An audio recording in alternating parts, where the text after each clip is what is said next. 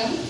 முதலில் எனக்கு இந்த புத்தக விமர்சனம் செய்ய வாய்ப்பளித்த MBKSG கல்வியல் கல்லூரியின் லைப்ரரி வீரஸ்வாரம் மற்றும் டாக்டர் ஷீலா அவர்களுக்கு என் நன்றியை தெரிவித்துக் கொள்கிறேன். இன்னைக்கு இந்த புத்தக விமர்சனத்துல நம்ம பார்க்க போற புத்தகம் என்ன அப்படின்னா வனவாசம். இதோட ஆசிரியர் யாருன்னா கண்ணதாசன் அவர்கள். வனவாசம்னு சொன்னா உங்களுக்கு ஏதாவது ஞாபகம் வருதா? ராமாயணத்திலயோ மகாபாரதத்திலயோ வனவாசம் போயிருப்பாங்க. ராமாயணத்துல 14 ஆண்டுகாலம் வனவாசம் போயிருப்பாங்க. மகாபாரதத்துல பாண்டவர்கள் 13 ஆண்டுகால வனவாசம் போயிருப்பாங்க. இந்த 14 ஆண்டுகால வனவாசம் 13 ஆண்டுகால வனவாசம் இந்த 2 காலகட்டத்திலுமே அவங்க பல்வேறு துன்பங்களுக்கு ஆளாகியிருப்பாங்க. அதே மாதிரிதான் இந்த புத்தகத்துல கவிஞர் கண்ணதாசன் அவர்கள் 10 ஆண்டு காலம் பட்ட துன்பங்களை இந்த புத்தகத்துல வனவாசம் அப்படின்னு குறிப்பிட்டிருக்காரு. முதல்ல இந்த ஆசிரியரை பத்தி பார்த்துடலாம்.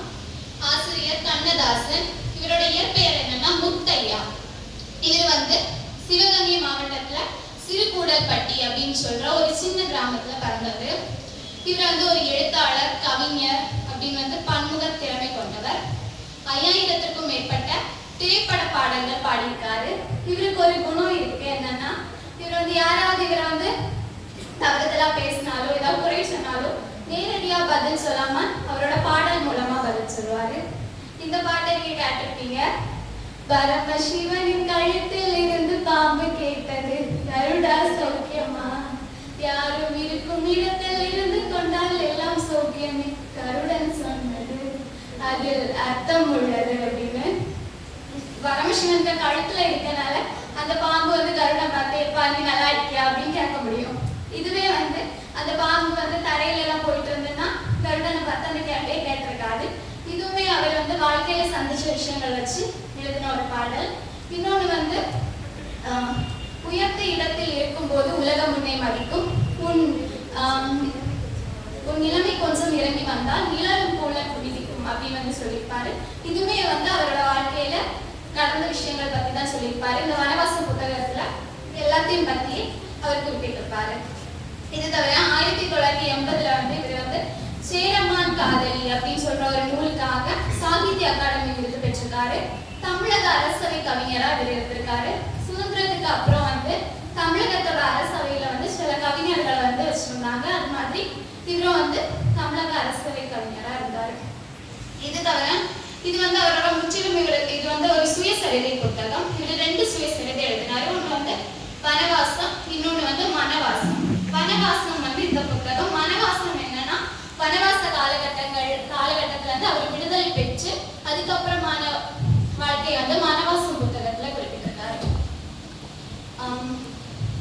இவர் இந்த புத்தகத்துல ஒரு விஷயம் சொல்லியிருக்காரு. எல்லா புத்தகத்தை படிக்கும் போது நமக்கு ஒரு விஷயம் கிடைக்கும். இவர் இந்த புத்தகத்துல என்ன சொல்லியிருக்காருன்னா, இது நீங்க எப்படி வாழணும் அப்படின்றதுக்கான புத்தகமே கிடையாது, இது நீங்க எப்படி வாழக்கூடாதுன்றதுக்கான புத்தகம் அப்படின்னு முன்னுரையில குறிப்பிட்டிருக்காரு. இது தவிர அவர் என்ன சொல்லியிருக்காருன்னா, ஒரு சாதாரண மனுஷனோட சுயசரிதை எழுதுறேன், இதுல அவர் இவர்னு எனக்கு குறிப்பிட மனசு இல்லை அப்படின்னு சொல்லிட்டு இந்த சுயசரிதையில ஃபுல்லாவே அவரை அவன் அப்படின்ற வார்த்தையால தான் குறிப்பிட்டிருக்காரு. சரி, நம்ம இந்த சுயசரிதைக்குள்ள போலாம். இதெல்லாம் அவரோட இளமை காலம். இவர் ஒரு நடுத்தர குடும்பத்துல சிவகங்கை மாவட்டம் சிறுகூடல்பட்டியில பிறக்கிறாரு. இவர் 8வது பிள்ளை.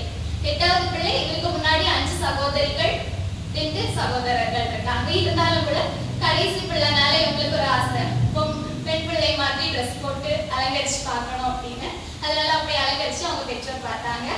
அவர் அவங்க அம்மாவை பத்தி என்ன சொல்லியிருக்காருன்னா, அம்மா அன்பின் வடிவம் அப்படின்னு சொல்லியிருக்காரு. அப்பாவை பத்தி என்ன சொல்லியிருக்காருன்னா, அப்பா யார் என்ன கேட்டாலும் உடனே போய் உதவுற குணம் கொண்டவர். அவர் ஒருத்தங்க பார்த்தாங்கன்னா ஏதோ பொருள் அவங்களுக்கு தேவைப்பட்டா உடனே கொடுத்துருவாரு. சந்தைக்கு காய்கறி போய் வாங்க போகும்போது கூட யாருக்கா ரூபாய் தேவைப்பட்டுன்னா அவர் காசுல கொடுத்துட்டு அவங்க அம்மா கிட்ட ஏமாத்துவாரா, காய்கறியோட விலை அதிகம் அப்படின்னு கணக்கு காட்டுவாரு. இப்படி எல்லாம் குறிப்பிட்டிருக்காரு. இவரோட இளமை பருவத்துல இவரோட கல்வி எப்படி இருந்துச்சுன்னா, இவர் நல்லா படிக்கிற ஒரு மாணவனா இருந்தாரு. இதுவே பிற்காலத்துல தமிழ் துறையில ஒரு பிரச்சனை ஏற்படுத்தும்னு அவர் நினைக்கலன்னு அவரே குறிப்பிட்டிருக்காரு. இதுக்கப்புறம் அவர் ஒரு குருகுல பள்ளி ஒரு குருகுல பள்ளியில சேர்றாரு. அந்த பள்ளியில எப்படின்னா தங்கி படிக்கணும். இவர் அங்கதான் அவரோட சேட்டையை தொடங்குறாரு. என்ன பண்றாருன்னா, ஸ்கூல் விட்டு ஓடி போறாரு, வீட்டுக்கு போய் ஒளிஞ்சுக்கிறாரு. அவரை பிடிச்சு வந்து கொண்டு ஸ்கூல்ல சேர்க்கிறாங்க. இது மாதிரி எல்லாம் நடக்குது. ஒரு முறை வந்து சினிமாக்கு போகலான்னு நிறைய பேரா சேர்ந்து கட்டடிச்சுட்டு போறாங்க. போறத வந்து அப்படியே ஆசிரியர் சினிமா தியேட்டர் வர போய் அப்படியே பிடிச்சு திருப்பி ஸ்கூலுக்கு கூட்டிட்டு வராரு. இது மாதிரியான சுவாரஸ்யமான விஷயங்கள்லாம் இதுல இடம்பெற்றிருக்கு. கடைசியா வந்து இந்த குருகுல கல்வியை எப்படி அவர் முடிக்கும் போது அவங்க ஆசிரியர் அவருக்கு கொடுத்த பட்டம் என்னன்னா, எப்ப நீ எங்க போனாலும் உருப்படவே மாட்டேன் அப்படின்னு வந்து பட்டம் கொடுத்தா இருந்தாங்க.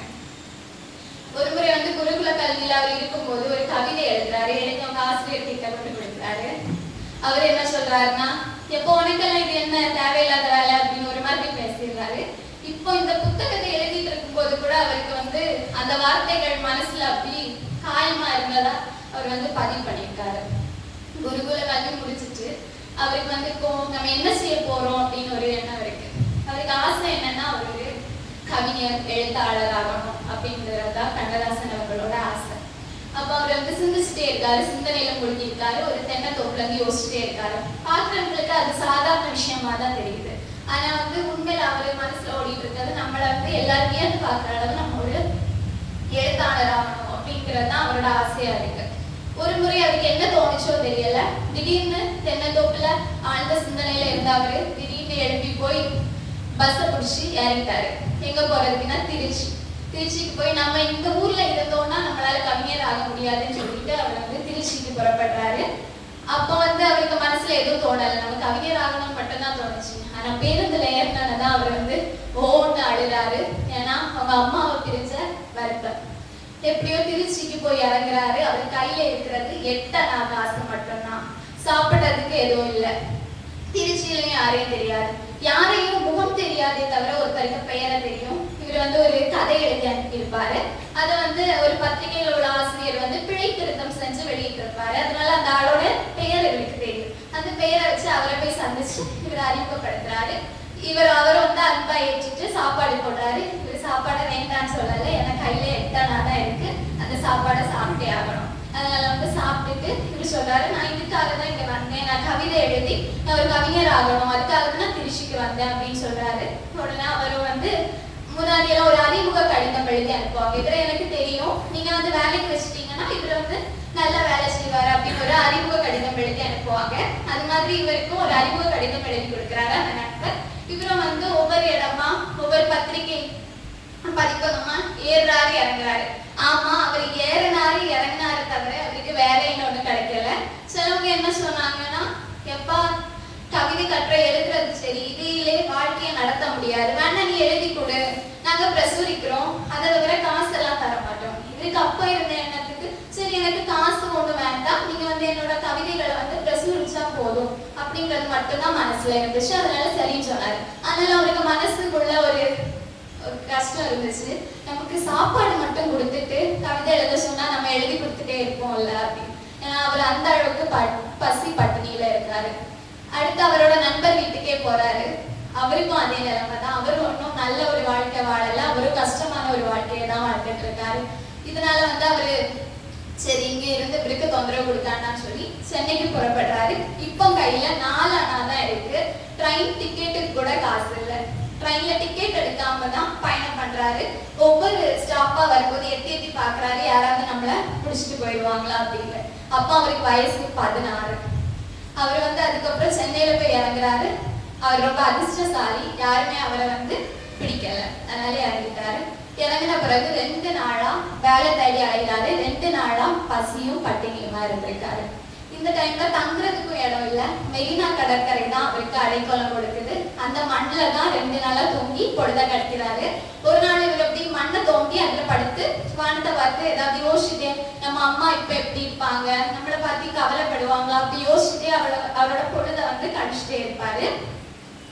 இப்படி ஒரு நாள் போயிட்டு இருக்கும்போது திடீர்னு அவரை யாரோ அடிக்கிற மாதிரி இருந்துச்சு. யாருன்னு பார்த்தா போலீஸ்காரங்க வந்து, ஏன் நீங்க எல்லாம் படுத்திருக்க அப்படின்னு கேட்கறாங்க. உடனே இவரும் ஒண்ணுமே சொல்லல.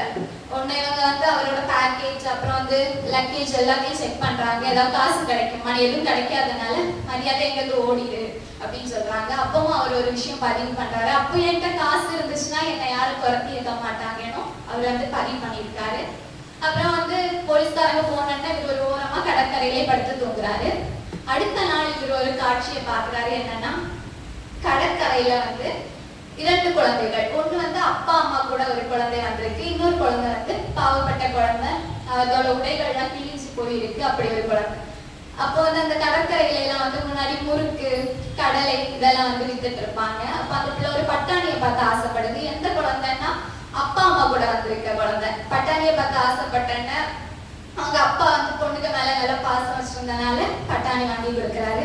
இன்னொரு ஏழை குழந்தை இருக்குல்ல, அதுவும் கை நிற்குது, அவங்க பாச்சிப்போ அப்படின்னு சொல்லிடுறாங்க. இந்த 2 காட்சியும் அவர் பார்க்கிறாரு. ஒருத்தங்க வந்து உயர்ந்த இடத்துல இருக்கும்போதுதான் நம்மள வந்து உலகம் மதிக்கும் அப்படின்னு வந்து அவருக்கு தோணுது. இந்த டைம்ல வேலை தேடி அழைச்சிட்டு இருக்காரு. அப்பதான் அவருக்கு அவர் உறவினரை பார்க்கிறாரு. அப்பவும் அவர் பசியில இருக்காரு.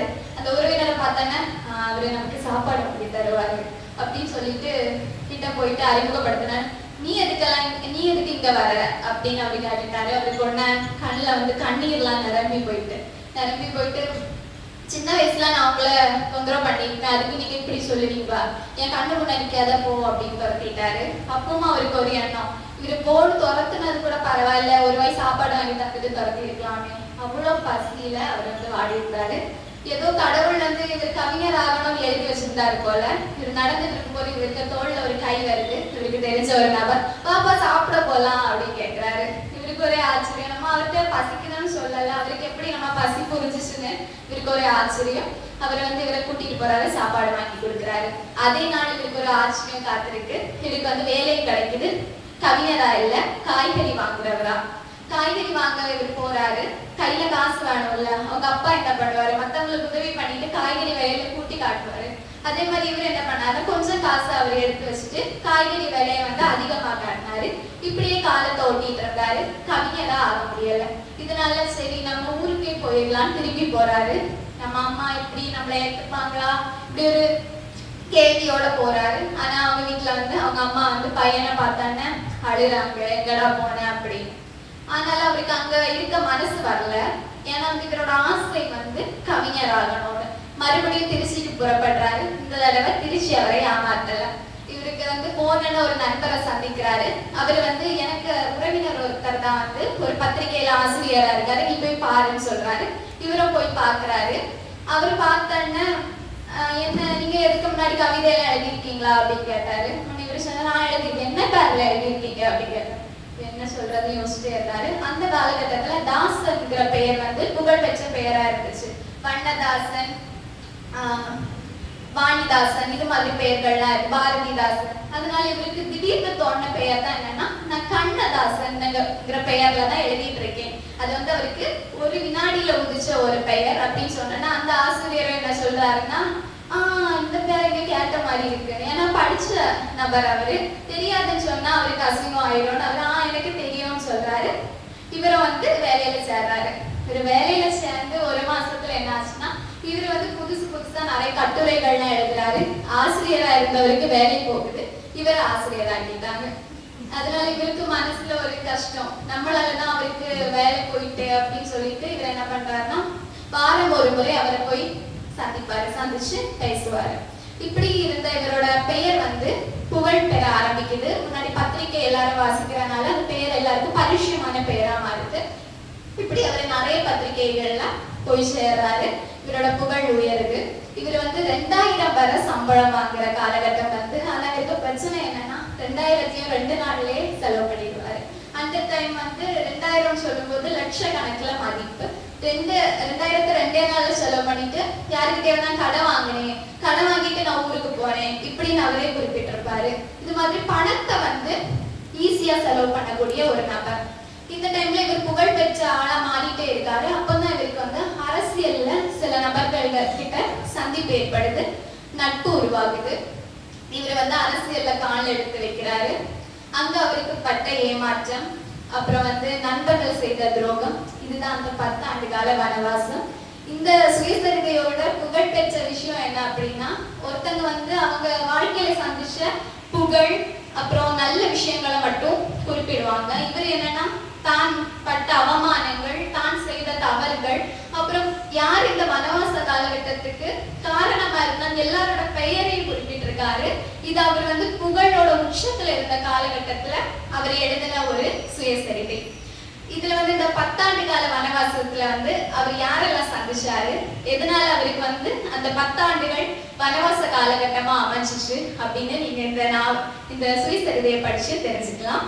இதுல வந்து ஒரு 3 விஷயம் முக்கியமானதா சொல்லலாம். பணம் அவர் எவ்வளவோ சம்பாதிச்சாரு, அதை வந்து தேவையில்லாம செலவு பண்ணாரு, அதை பத்தி குறிப்பிட்டிருப்பாரு. நல்ல நண்பர்கள் வந்து வாழ்க்கையில ரொம்பவே முக்கியம். இன்னொன்னு வந்து உணர்ச்சி வசப்பட்டு சில காரியங்களை பண்ணிடக்கூடாது, பொறுமையா யோசிச்சு ஒரு காரியங்களை பண்ணணும் அப்படின்னு இந்த சுயசரிதையில குறிப்பிட்டிருப்பாரு. இந்த சுயசரிதையை படிங்க. இதுவுமே வந்து வனவாசம் மாதிரி நம்ம லைப்ரரியில வந்து யாரும் படிக்காம தான் இருந்துச்சு. இனி இதுக்கு வந்து ஒரு நல்ல வனவாசம் கொடுத்து நீங்க படிப்பீங்கன்னு நினைக்கிறேன்.